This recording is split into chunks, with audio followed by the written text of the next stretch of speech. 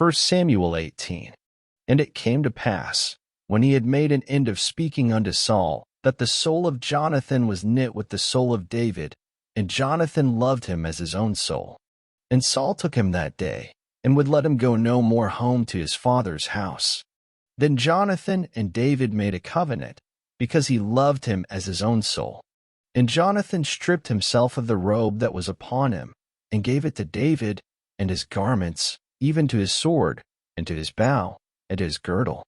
And David went out whithersoever Saul sent him, and behaved himself wisely.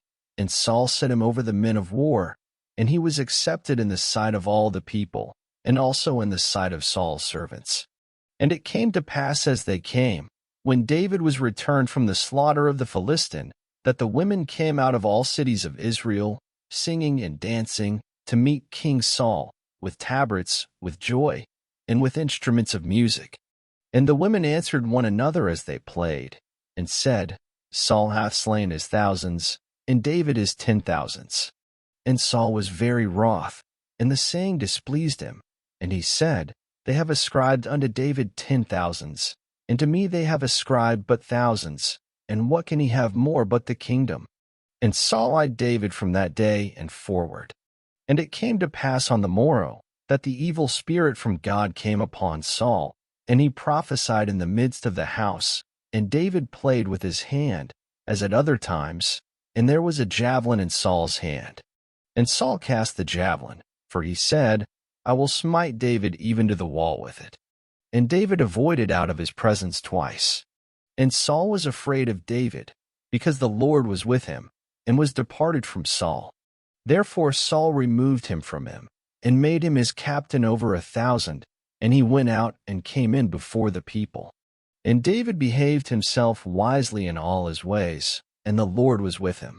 Wherefore when Saul saw that he behaved himself very wisely, he was afraid of him. But all Israel and Judah loved David, because he went out and came in before them. And Saul said to David, Behold my elder daughter Merab, her will I give thee to wife. Only be thou valiant for me, and fight the Lord's battles.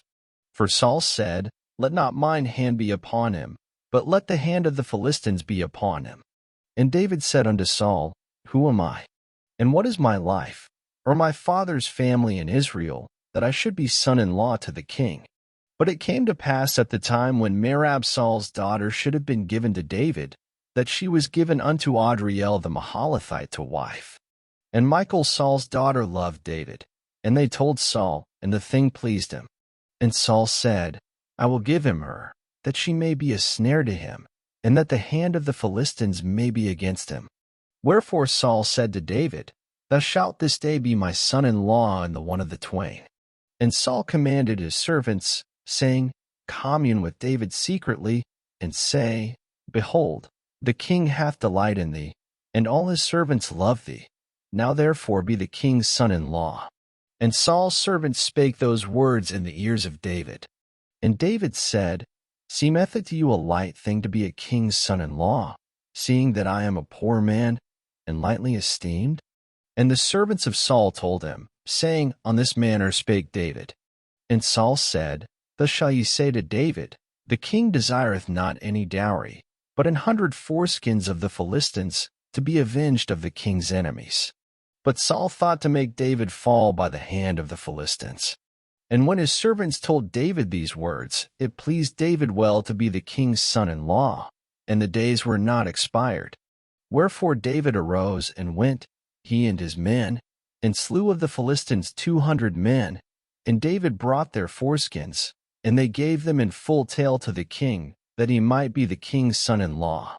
And Saul gave him Michal his daughter to wife. And Saul saw and knew that the Lord was with David, and that Michal Saul's daughter loved him.